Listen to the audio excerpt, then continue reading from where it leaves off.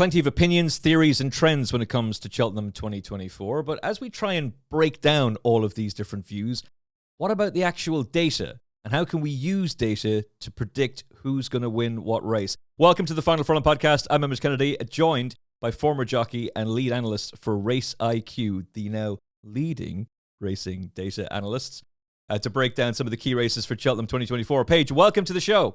Hi, Emmet. Thank you for having me on. Delighted to have you on. I've been looking forward to talking to you for quite a while. Your work has been used extensively by Racing TV, Sky Sports Racing, ITV. Lydia Hislop and Ruby, big fans of you on Road to Cheltenham. But this is your first podcast, so I'm delighted that you're joining us on the Final Furlong. And thank you very much for your time. As I've been going through this data, I've had a number of raised eyebrow moments, including, I was saying to you off air, sitting in between two passengers on a plane and going, wait, what? Out loud.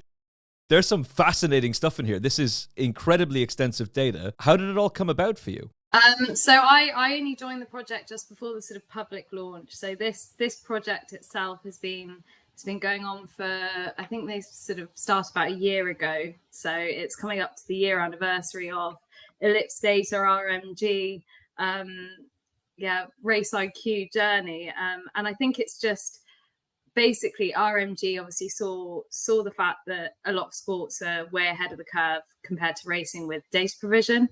And they really wanted to try and open up racing to a sort of new, younger audience and try and engage a lot more people who are more familiar with that sort of data provision in other sports, and just try and engage them a little bit more and provide just another angle that's simplified as well. Because obviously TPD do this, we're not changing anything there that TPT have been offering this, but we also want to make sure that it's totally accessible to people who might not understand as much about racing as well. Well, given the amount of data that's available for the NFL, the Premier League, the Champions League, and how well received all of that is, it's only natural that racing would follow in those footsteps. There is some things about not having certain data for finishing speed of horses or sectional times for horses at certain tracks. Is that going to be implemented a little bit more? Like, will it be more rolled out for each track by the time, hopefully, please God, touch wood, we're all talking in a year's time? Will we have definitive data about Il Était Temps, Marie Nationale and co? Yeah, so as you quite rightly pointed out, we're missing pre-January 24. We hadn't fully rolled out, Course Track hadn't fully rolled out the data in Ireland, but that rollout is now complete. So from January 2024 onwards, we have all UK and Irish racecourses covered with our data. We have a reciprocal agreement with TPD as well, so we can have a look at basically any tracks around the country, any races this year, and a lot of races last year from Racing TV tracks in the UK as well. Okay, well, shall we do this in traditional Cheltenham preview night style? As in, not do it the simple way, which would be go Supreme, Berring, Bingham, Albert Bartlett, but go day by day, because that's just how every Cheltenham preview is, and we'll follow that route as well, shall we? So Supreme, Jericho de Repine, Tullyhill, Ballyburn, Firefox, they were the horses that you highlighted. We're still trying to figure out where exactly Ballyburn is going to go, but what is the RaceiQ data telling you about those specific horses? Yeah, so this is quite an interesting one. I'll introduce the first. Obviously, we just touched on finishing speed percentage, and for those people who aren't that familiar with the finishing speed percentages, it's just the percentage. So how much the final 4 furlongs match up speed wise, or how much the time matches up to the rest of the race. So if you've got a perfectly evenly run race, it will be a 100% finishing speed percentage, because each sectional will add up to the same. Whereas if you quicken at the end, then obviously you'll have a higher finishing speed percentage. And I mention this because I think when Firefox beat Ballyburn, it was a really high finishing speed percentage in that race. It was a finishing speed percentage of 117.66, which means they went 17% quicker over the last 4 furlongs than they did throughout the rest of the race, which I think is quite interesting because it shows how much speed Firefox has got, but also how well Ballyburn stayed, because obviously Ballyburn went and won over 2 mile 4 the next time.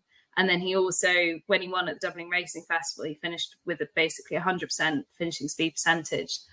And we all know that Cheltenham doesn't hold any prisoners. And I just think that actually it goes to show that whatever race Ballyburn runs in, the style of racing at Cheltenham and the Hill will probably just suit him a little bit better than Firefox when we get to the festival.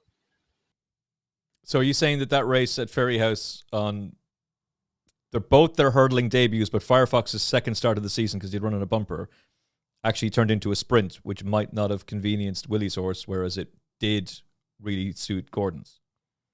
Exactly that, because I think that's also probably why he got Firefox, then went and got beaten the Lawlers of Nace, because obviously stepped up to 2 mile 4, not able to use his speed in the same way.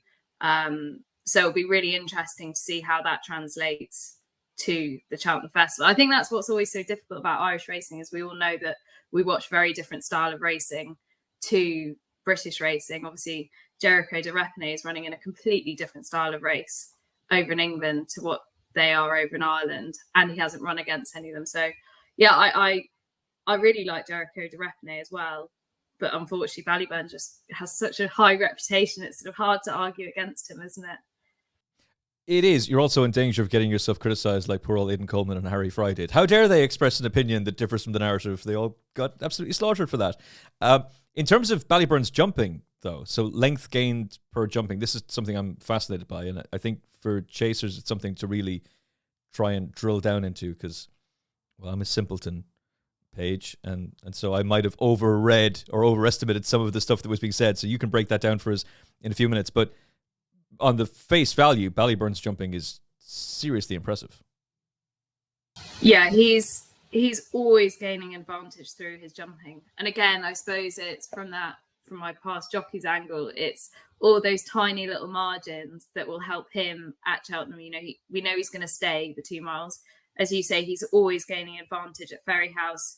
Even though he got beat by Firefox, he still gained nearly a length and a half extra just through his jumping. Again, he's gained a 3-length advantage at Christmas at Leopardstown.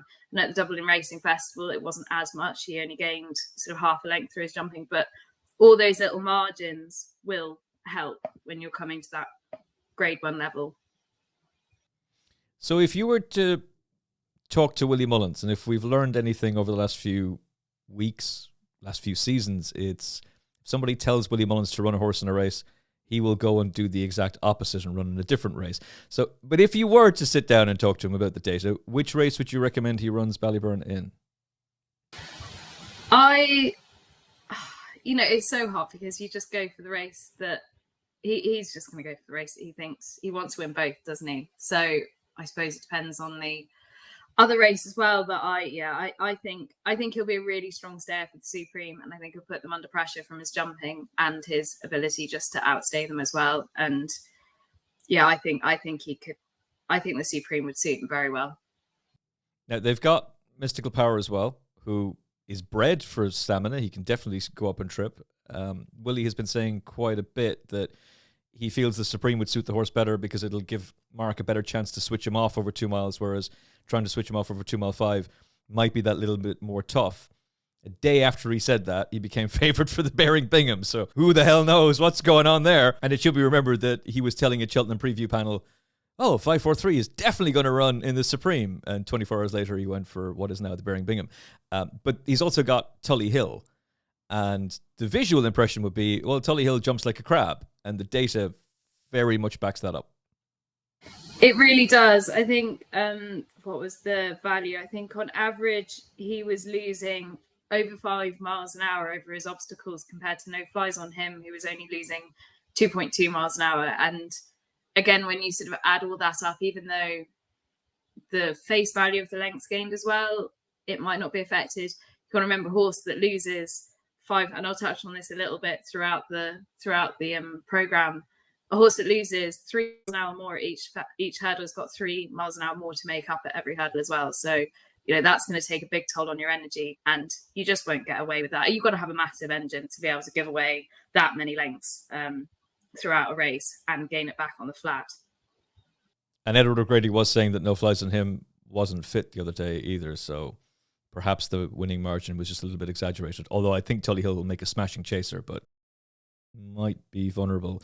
Jericho de Repine. So this horse is just a conundrum for me. Clearly, he's held in very high regard. I think he's going to really appreciate a strongly run Supreme. Ironically, if Ballyburn were in here, he actually might set it up for him. And I think the faster they go, his higher cruising speed will be really suited at, the better horse you will see. But he would also be the lowest rated horse to win the Supreme on Racing Post ratings in over 10 years. And it might actually go back even further than that. But what does the RaceiQ data tell you about him overall?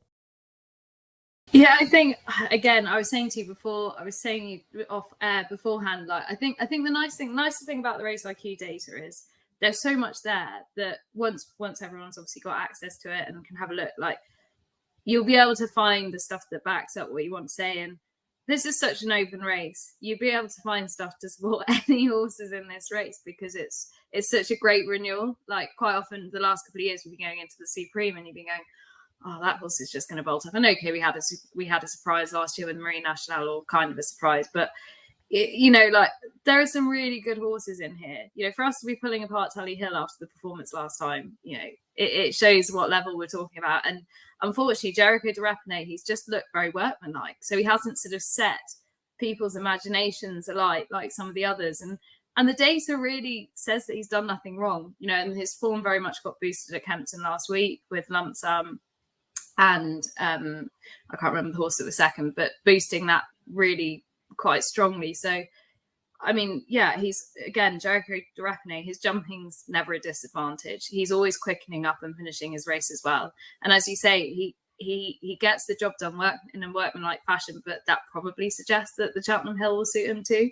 But yeah, it's such an interesting race because you could literally fight an argument for any of them, couldn't you? Fiercely proud. Thank you, Timeform, for bailing both of us out because I'd forgotten the horse's name as well. Who would you be siding with currently for the Supreme, bearing in mind that Mystical Power may very well end up going for this race and we still just don't know? I think if Willie Mullins thinks this is the right race for Ballyburn, I'm fully behind Ballyburn. As I say, I think he's just going to line them up. I know it's boring and everyone's saying it, but he's just going to line them up to try and win both Supreme and Binghams. And ultimately, as Ruby said, Ballyburn's his ace card, so why would he play this in a race he doesn't think he can't win with him? Yeah, I think we'll come back to Slade Steele in a few minutes because we'll switch to the Bingham in a little bit. But I think it depends on who he thinks can beat Slade Steele. And if he thinks that's Ballyburn, then he'll go for the Bingham and force Slade Steele into the Supreme and try and beat him with Mystical Power and Tullyhill. But hey, that's a guess, and we shall see. The Arkle going to be a very differently run race to the Dublin Racing Festival, and also it's a furlong shorter. Now, I initially thought that's going to suit Found to 50. Most people would say he'll improve for going up in distance. I actually think his running style is really suited to the Arkle. The problem is, I've now come around to the thinking that, well, first of all, he jumps out to the right, so he'll lose ground. Secondly, I don't know about the nature of the track, and the RaceiQ data did leave me with a raised eyebrow as well. The timings I thought were really interesting again, because he was another one that when he ran at Leopardstown at Christmas, his first mile 5, same course and distance again, was another 1.8 seconds slower than the Dublin Racing Festival race again. So his race at Christmas was like 5 seconds slower over the first mile 5 than when we're at Marine National now run. It's just bonkers. It's so hard to match up all this form, isn't it? And as you say, I think his jumping hasn't always stood up that well. Like as you say, at Aintree last year, he's lost nearly 4 lengths jumping just through the race, through that alone. And I just can't see the race at Cheltenham suiting him from any respect, really. But again, it's all about this data. It's just backing up your opinion. I'm not the horse's biggest fan, but actually he's clearly got a bigger engine. It's what you want to see, isn't it? Oh, he's definitely a weapon, and he is talented. His form with I Am Maximus looks a whole lot better now than it did a couple of weeks ago. But I almost feel that this is a race that you should be taking a tilt at something at a wild price, because it's not a great renewal of the Arkle, and there are major question marks. And the horse that I've been interested in is Jello for Venetia Williams. Now, you didn't do a breakdown of him, but was there anything in your RaceiQ data that made you think, particularly that run at Ascot back in December, where he basically had the race won from the halfway point, just galloped them into submission? If he was to get into a really nice rhythm on the front end, which won't be easy because there'll be plenty of competition for the lead, Found to 50 being one of them, but if he can get himself into a nice rhythm, he could be very, very intriguing. And while he wouldn't have been as good as these over hurdles, Venetia Williams has done this before, starting off in handicap chases with long press and then winning a Grade 1 novice chase at Cheltenham, and that's the same route this guy's taking. I thought you were going to set me up really nicely for my eye catcher in this race, and then you went on a complete tangent. So I haven't done that much comparison with JLo because, yes, he's been very impressive so far. But again, the thing about the length gain jumping is we're always measuring against a mean of the horses they're running against, and sadly for JLo, he actually hasn't run loads over fences against other horses in this race, so it's sort of hard to compare from that respect. So I don't want to extrapolate the data to try and support. He's just not a horse that I've really focused in on. But the horse on a bigger price that I do quite like is Quilixios, because actually I think he's become the forgotten horse, and for horses that haven't really, had much experience. Quilixios, yes, he's only had a couple of runs over fences, but he's a Triumph Hurdle winner. And actually, they clearly thought he was going to stay 2.5 miles. Then they stepped him up to 3 miles. That obviously hasn't worked whatsoever.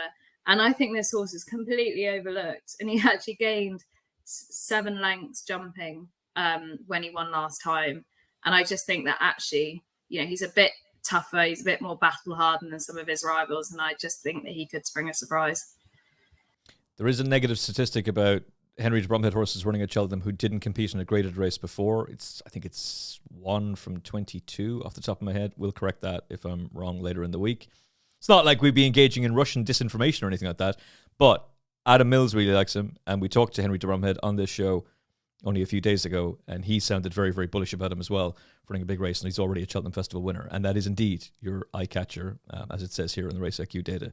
So I had to come in with the complete left field pick of Jello, who may very well go for the Turners as well, by the way. There's plenty of options for him. National Chase, it's going to be renamed in honour of Maureen Mullins, which is a really lovely thing to do. And, well, the Mullins team have got an incredible chance of walking away with this race. Willie Mullins with Embassy Gardens, Emmet Mullins, of course, with Corbett's Cross. And the RaceiQ data would tell you that his jumping is actually quite good, despite the fact that there's a narrative out there that it's horrible. For Corbett's Cross? Yeah. Yeah, he is very good. Like, obviously, he kind of knocked himself out the last time, which wasn't ideal. But actually, he sees out the 3-mile trip really strongly. Obviously, he was unlucky to bump into Grange Clare West, who could have been anything. Quite sad not to see him at the festival. But yeah, his jumping. I mean, he's got 10 lengths gained at Fairy House, nearly 3 lengths gained at Leopardstown. Again, for nearly 5 lengths at Fairy House the last time. And I just think that actually he could be underrated here. I mean, Embassy Gardens is another interesting one where you can see how much he's improved for a fence. And again, that's what we sort of can show up in the data. So where he was over hurdles, where he was at over hurdles, he just showed last time that he's completely turned that around against Sandor Clegane and gained like nearly 12 lengths through his jumping last time alone. So I think that's the kind of interesting side of seeing how they translate from sort of hurdles to fences and seeing how they progress. And MC Gardens is definitely a horse that has progressed for fences, hasn't he? Oh, very much so. It's just fascinating that they both competed against one another at Cheltenham last year, and it went horribly wrong, but for very different reasons. Embassy Gardens pulls up, kind of disgraces himself. Corbett's Cross disgraced himself in a completely different way. He's pushing Stay Away Faye all the way and then decides, I'll head into the champagne tent, and nearly kill Mark Walsh in the process. How do you think they'll both handle Cheltenham, given the fact that they've had very different experiences there? The horse pulling up at Cheltenham, going back there, for any racecourse for that matter, is that something that you just have to weigh as a negative against him, or do you forgive him that now over fences? I personally would just forgive him for it, to be honest. I think it's very easy with these young horses to forget how much pressure we put them under early on in their career, and sometimes a horse just needs a year. And actually, the fact that he's pulled up doesn't mean that he's had a tough race either. So, he could well come back a better horse. He obviously settles a lot better now, so he's clearly matured. And actually, yeah, I wouldn't worry about that. If he was a horse that finished midfield or something and showed a real, like, that it was just not an advantage for him running at Cheltenham, I'd be more concerned. Whereas a horse that pulls up, you just go, sometimes horses just aren't right. And so just write it off, if you know what I mean. I do. We all make mistakes, and we have to be forgiven them from time to time. We'll move on to the Wednesday. The opening first race is the Bingham Novices Hurdle. So we've already talked about Ballyburn. Very keen, though, to hear what you have to say about Slade Steele, because he will go wherever Ballyburn doesn't. What is the RaceiQ data telling you about his Cheltenham chances? Oh, he's one of the gaps that we've got, as you mentioned at the start. I think we've only got one. I think we've only got one race for him. So right. He jumped fine that day. I think he lost half length, but we're just going by form, unfortunately. So you're probably as educated as me in that point, really. But yeah, look, he looked better suited to 2.5 miles the time beforehand. So yeah, again, as you say, it's just going to be where Willie thinks each is better off. Yeah, this is the fun time about Willie Mullins Bingo, which then leads to Cheltenham musical chairs for the other trainers as well, including for Gidley Park, who's definitely the leading British contender. There's now a speculation that he might go for the longer distance of the potato race. We shall see what Harry Fry and Johnny Burke decide to do. But what is RaceiQ telling you about him? It tells me that even though he's not always the prettiest of jumpers, he still gets from A to B very quickly. He's a very strong travelling horse. And personally, I think his style of racing will suit this race a bit better than the Albert Bartlett.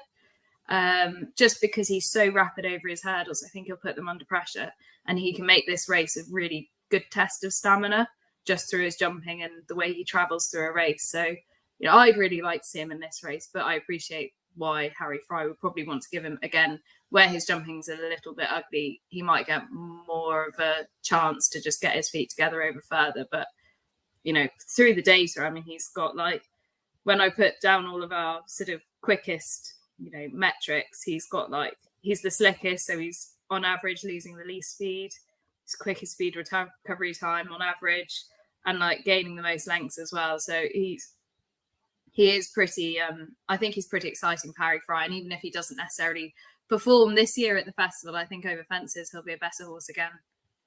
Yeah, 100%. That does, even the way they're talking about him, everything this year is a bonus. I know that's such a cliche at this point, but I would prefer to see him in this race as well, to be honest, because the potato race is just a complete and total lottery. If Ballyburn's in there, yeah, definitely you're going to go further. But if he's in the Supreme, then it's a different kettle of fish. And if he is in the Supreme, it means Mystical Power is in this race. To my eyes, he seemed to get a little bit outpaced coming towards the final bend. But then once the afterburners kicked in, he's flown away. And his mother, Annie Power, was considered too slow to run on the flat for Jim Bulger. He ran her twice in bumpers before she transferred to Willie Mullins. And they say that she showed nothing at home. And this fella's the exact same. A lazy sod at home, but once he's on the track, very good. Yeah, he's obviously very smart. I think we've mentioned him earlier, Supreme, but bearing Bingham, I think he'll be Ballyburn's backup, really, won't he? As we've already mentioned. He's probably not quite as good as Ballyburn. But actually, yeah, I think he's improving for each start. He finished off with a finishing speed percentage of 110 last time, so he saw out the trip well over 2 miles. So actually, I think he'll be a good backup. But I feel bad saying that about a horse but it's how we kind of end up with these Willie Mullins horses, isn't it? As you say, my head's kind of all in a spin, and I've forgotten which one's which anyway. So I think that happens to Willie sometimes. He called him Mythical Power a couple of times, actually. Poor old horse, can't even get his name right. But I think he's very, very good. There is just one note of caution, though. Willie, if you're listening, I know you won the race with a 5-year-old last year, but they have an awful record in the Bear and Bingham. One winner in the last 10 years. Don't put him in the Supreme. You know it makes sense. He's definitely going for Bear and Bingham now on the back of that. Brown Advisory. This was the one that made me go, wait, what the... Because I've heard so many people talking about the amazing jumping of Stay Away Faye. Oh, he's such a great jumper. He's such a solid jumper. Not according to RaceiQ. He's effective, but he's hanging in the air like a show jumper, and that's causing him to lose ground. How does that impact him and his prospects of winning the Brown Advisory? So I think this is interesting because it goes back to Paul Nichols's why presumably Paul Nicholls tried him in the Cotswold Chase to see whether he was kind of the Gold Cup level, because I think he is going to be a Gold Cup horse in a season or two's time, but he might just get found out over this slightly less stiff Brown advisory, because he reminds me a lot of Jerry Colomb, really. And the reason why Jerry Colomb got beat last year was just because he just hangs in the air. He's a bit slow away from the back of his fences. And I think Stay Away Faye is just going to have the same problem. I wouldn't go as far as say his jumping isn't good. It's very solid. I think everyone's right in saying it's very solid. But he's just a bit slow in the air. He's just, as you say, hanging in the air. When Giovinco and him ran against each other in the Eastern Novice Chase, he was losing nearly a mile per hour more in the air at each fence on average than Giovinco. And it's small margins like that, which again, the Brown advisory is on the old course. It's still, even though it's obviously a staying race, it's still it's a fast run 3 mile race. And I just think it could catch him out. I think he'll run really well. I do think he'll run really well. But, you know, he's lost nearly like 9 lengths or something on Giovinco at Sandown and still beat him. So he's clearly got the engine there.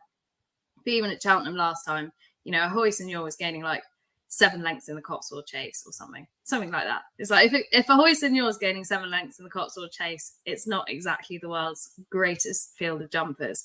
And he was still losing 3 lengths through his jumping throughout the race. So yeah, I think he's a very good horse, but for a couple of years down the line, personally. I think he's a Grand National horse, and he's probably going to be too high in the weights for that, which is going to be a problem. And Paul Nicholls is not the kind of guy who anchors a horse at the back of a field in a number of small field races and then says, oh, it's been ulcers. Well, what can you do? Ulcers. They're cleared up for Cheltenham. Don't worry. We'll be grand for a prestige handicap that we won last year. But these pesky ulcers are causing so much of a panic. That's just not what Paul does. That's why Willie Mullins doesn't win handicap chases at Cheltenham. His horses don't have ulcers. They're running on their merit. Jump!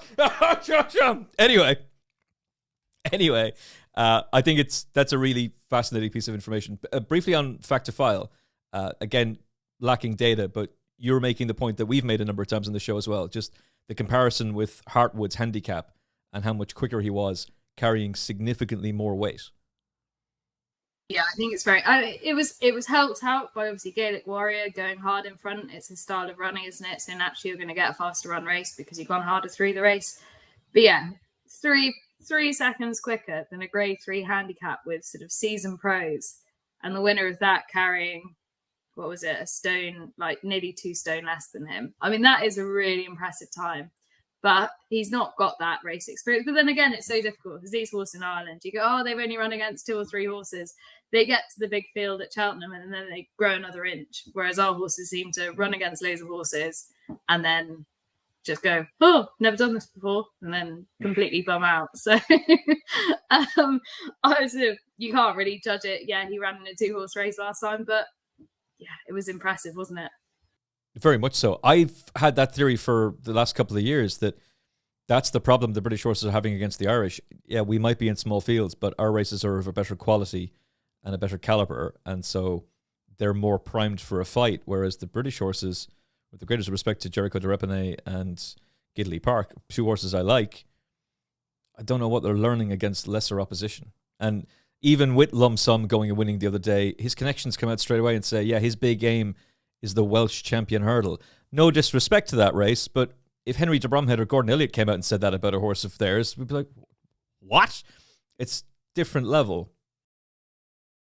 Yeah, and I think, you know, the other thing as well is if you overface a young horse as well and give them too many tough races, then you haven't given them a chance to develop in themselves either, have you? And you don't give them a chance to grow that extra inch when they actually face up to a proper challenge.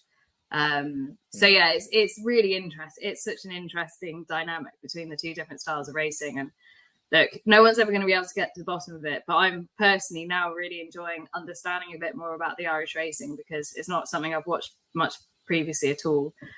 So yes, when all the data that I pulled out looks completely nonsense, I'll have that as my caveat that didn't used to watch Irish racing, so didn't know what I was talking about. No, I'm joking. But hopefully the data is, I'm enjoying looking into it and understanding a bit more about why certain things happen from Ireland to England, and hopefully we can start sort of churning into that a bit more as well.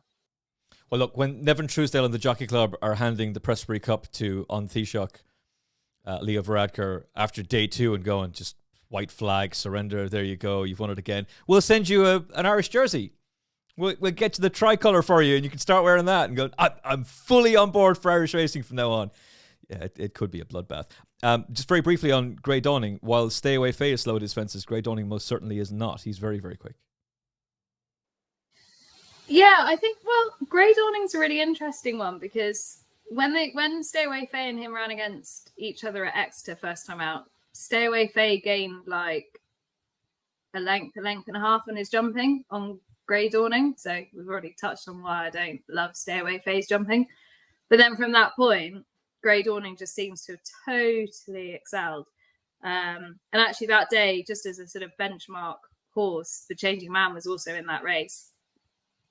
And I think gained 3 lengths or something on Grey Dawning in that race, turning it around to Warwick, and the Changing Man's then losing 5 lengths on Grey Dawning. So, yes, he made that mistake at Cheltenham, which threw away his chance for Ginny's Destiny.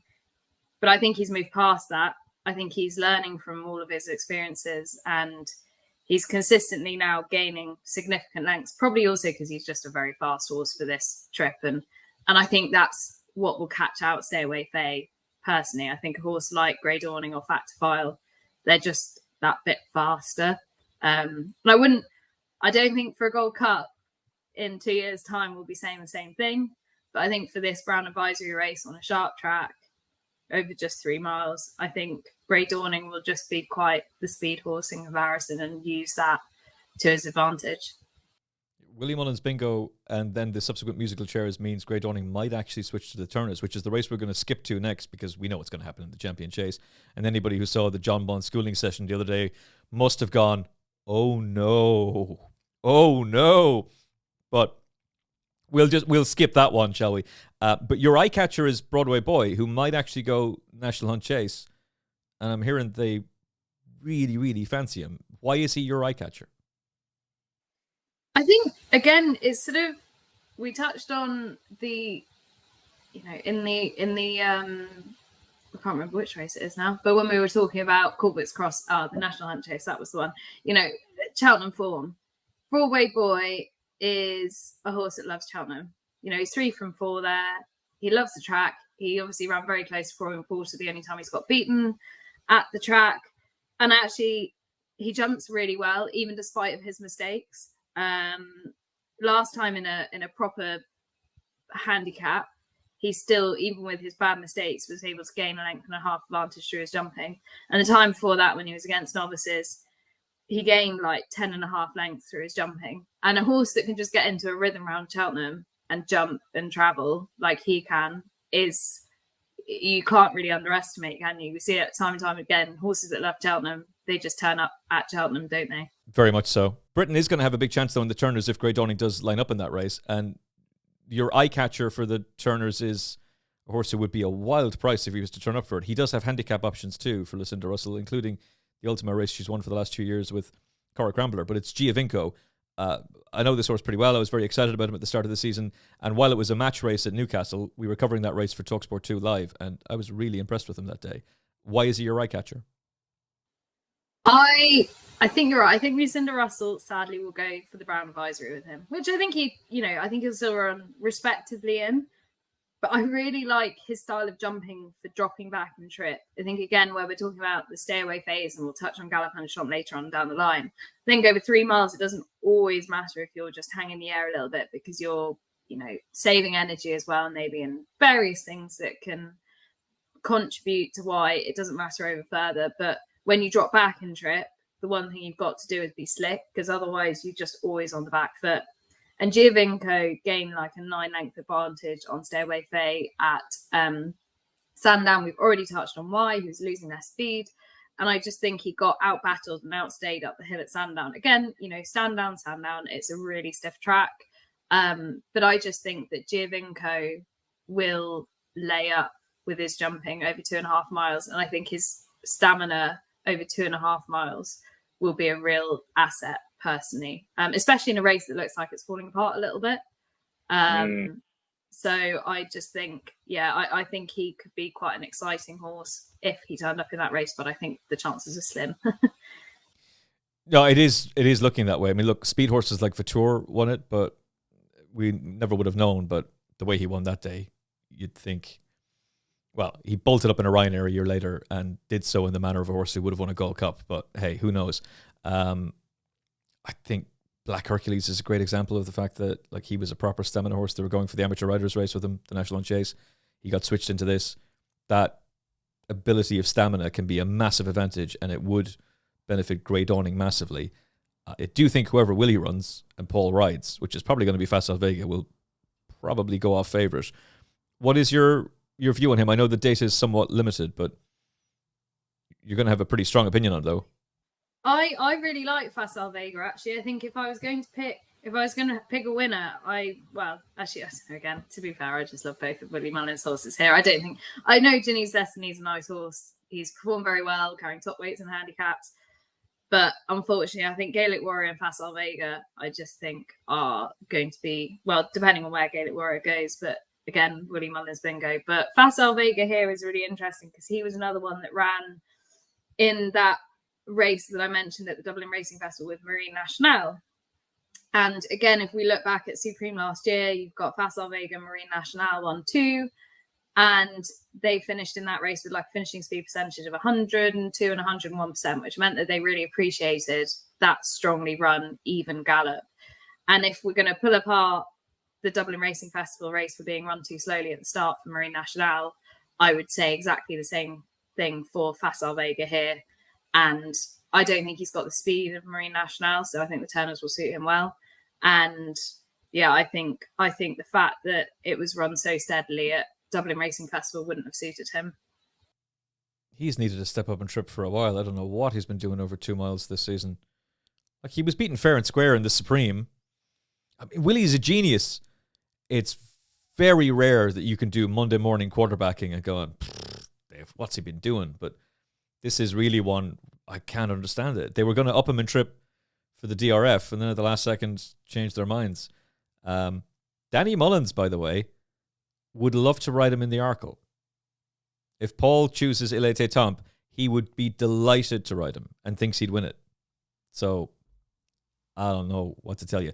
Gaelic Warrior, by the way, he cannot win at Cheltenham. Going left-handed is a disaster for him. I know, I'm actually really gutted. He's one of the ones that I would love to have all of his runs, but we don't have, like, it was Limerick at Christmas he ran it, wasn't it? Yeah. Yeah, like we didn't have Limerick then, and it's I'd love to see the difference between him going right-handed and left-handed, but unfortunately we haven't got the data to be able to compare the difference there, which I'm gutted about. But it would be interesting to see what he does, because again, you can get cover on the outside. You can straighten up a horse. There are ways of getting horses to jump straighter. It's not ideal, but I don't know. We'll see. It'll be interesting to see what happens. If you do the visual comparison between his win in the 2 mile handicap at the DRF last year and Il Était Temps' win in the 2 mile Grade 1, where Facile Vega was beaten over 20 lengths, he crosses the line after Facile Vega. That wasn't a great handicap, and this is a high level. It might be a small field, but still a high level. It won't go well. Go to Ferry House, lads. They're going to take him to Cheltenham, by the way. They're not listening, but oh dear. Right, we'll speed through Ryanair Chase, which is fascinating because Banbridge won't run if there's soft in the going, unless it's good to soft, but if it's proper soft ground, then the favourite comes out. Your eye catcher for the race is Galopin. Yeah, hopefully he's being substituted or supplemented. That's the one, supplemented. I think Jamie Snowden has said that he's going to supplement him, which is quite exciting for their team because obviously they've had a really good season so far. But I just think this horse looks twice the size, and I think again, if we were touching on we've obviously skipped past Champion Chase, but a lot of these horses that haven't had that second season in open company, they really benefit for having that second season in open company and moving on to their third season chasing. And I think Garlaw's that sort of horse. Yes, he had a year off with a slight leg in between his novice and his handicap in his first season in open company. So, he's now 4 years, but only because he's had a year off, you know what I mean? But he obviously really scared himself at the end of last season in the Sky Bet Chase. He fell, and then he ran a really good race staying on in the Ryanair, but he never travelled. He never looked like he had any zest whatsoever. And his jumping was just over a length disadvantage in the Ryanair last year. Again, he's against open company horses, so gaining or losing lengths is going to be harder. But he just looks a completely different horse this season, and it shows up in the data again because he's gone from a horse that was rooting fences last season, never got his confidence up, massively lost his confidence after the Sky Bet Chase, and then at Newbury he just took off with Johnny Burke, and he gained an 11 length advantage through his jumping that day, and he didn't even finish the race off. He was just so slick. And then again, same story at Cheltenham last time. He got into a really good jumping rhythm, which granted he probably won't do this time, but I don't think it will matter. And he gained 15.5 lengths just through his jumping last time. So you look at that compared to the Ryanair last year where he didn't travel, he didn't jump, and actually he only has 9 lengths to make up on some okay horses last year. So yeah, I think he could be quite an exciting each way shout, especially if Banbridge doesn't go. Yeah, if Banbridge doesn't go, this race becomes, quite frankly, a disappointment, really. Big fan of Envoy Lane. I'd love to see him go well again, and he's obviously got a fantastic record at the Cheltenham Festival, being a 3-time winner there. As for Stage Star, clearly he loves Cheltenham, but the RaceiQ Data, I quite like the way you broke this down. When everything goes right for Stage Star, he's brilliant. But if anything goes wrong, he falls into bed, pulls the duvet over his head, and pretends the world doesn't exist. It's so true. That's such a good way. He's very teenage. He's a bit of a teenager still, isn't he? But he might be another horse. Again, he just probably needs another year under his belt just to take him to that battle hardened level. Because yeah, it's funny looking at the last 2 Cheltenham runs. Last time, when he won in November, he gained 9 lengths. Even after that mistake at the last, he gained 9 lengths through his jumping. The next time he turns up, he's lost 9 lengths through his jumping. That's just the sort of horse he is, isn't it? But I mean, we can't forget he's the horse that in a handicap in November managed to make that mistake at the last, where he lost basically 10 miles an hour from that mistake, and still got up to speed so easily that he only conceded 2 lengths to the runner-up through that mistake. So, that is not a tired horse. That was a very impressive win. And Paul Nicholls is just the master, isn't he? And if he can get a horse right, he's the one that can set this horse to being. Yeah, I think he could go under the radar in this race. Yeah, if he gets into a good rhythm out in front, he might be one for in running betting. If he's in a nice rhythm out in front, then he'll be dangerous. And Paul doesn't seem at all concerned by the pull up the last time. I know that you're tight for time today, so I'm just going to race through 2 races with you, 2 of the biggest. Tihupu is a horse I'm a massive fan of, which I've obviously watched these races intently.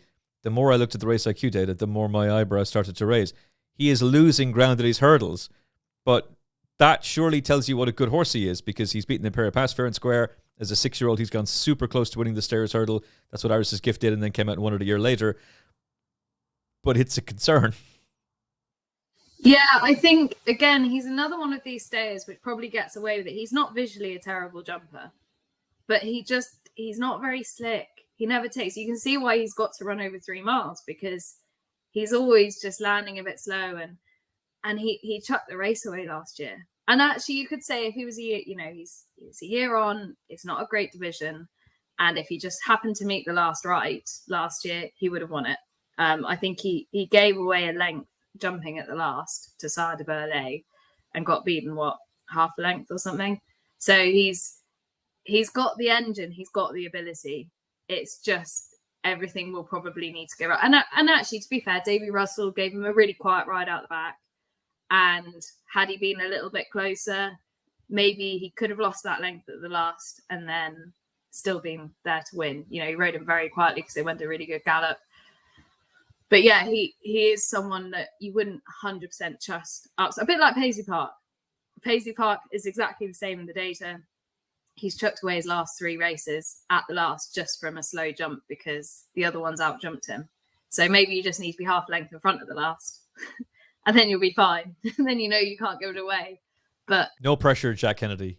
I expect Jack Kennedy will be a little bit better this year than Davy Russell was last year, taking shots at a man who's not here to defend himself. But I think he's going to win. I'm willing to forgive him this, but you have warned me. And if it goes badly wrong, I can't say the RaceiQ data didn't tell me. Very briefly, so on the Gold Cup, this is the big one, obviously. The most telling piece of information from the RaceiQ data is obviously Galopin Des Champs is a monster. He's a terrific racehorse, but he doesn't jump as well as Fastorslow.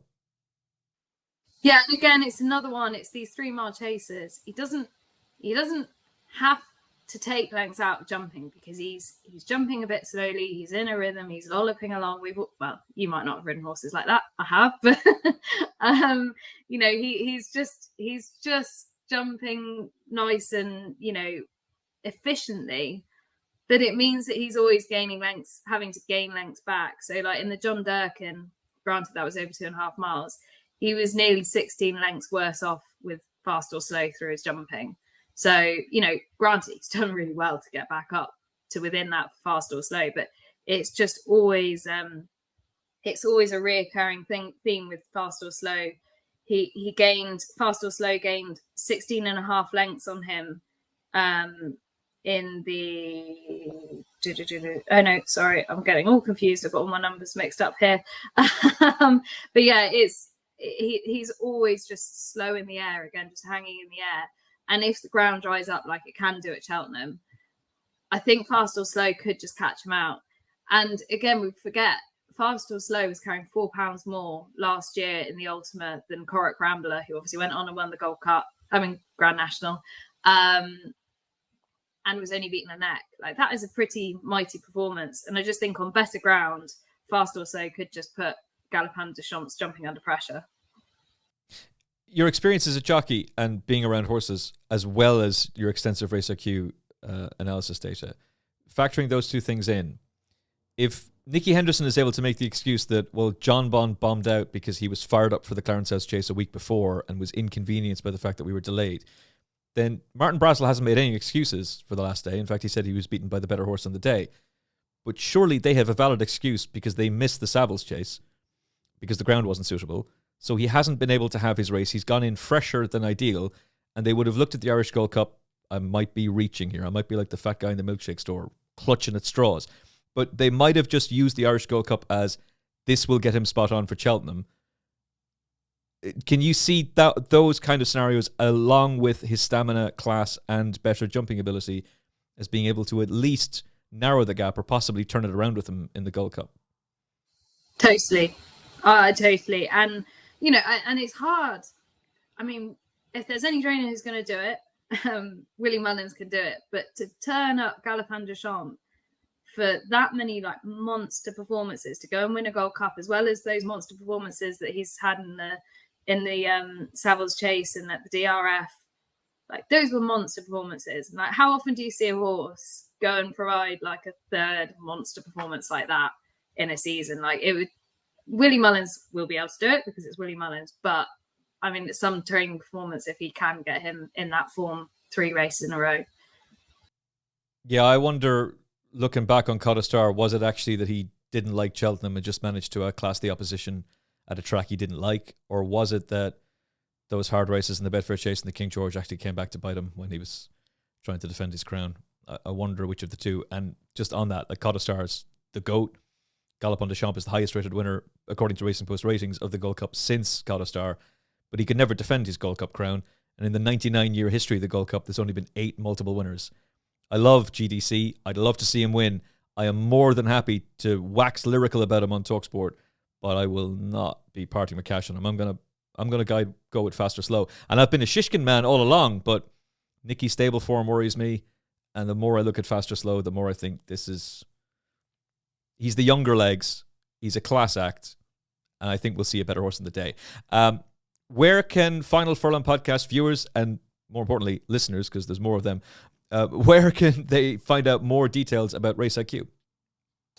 So we've got the race at race_IQ Twitter feed. So at the moment, we're obviously still in development stage. We're trying to get as much data as we can out at this stage, just because we don't want to sit on it.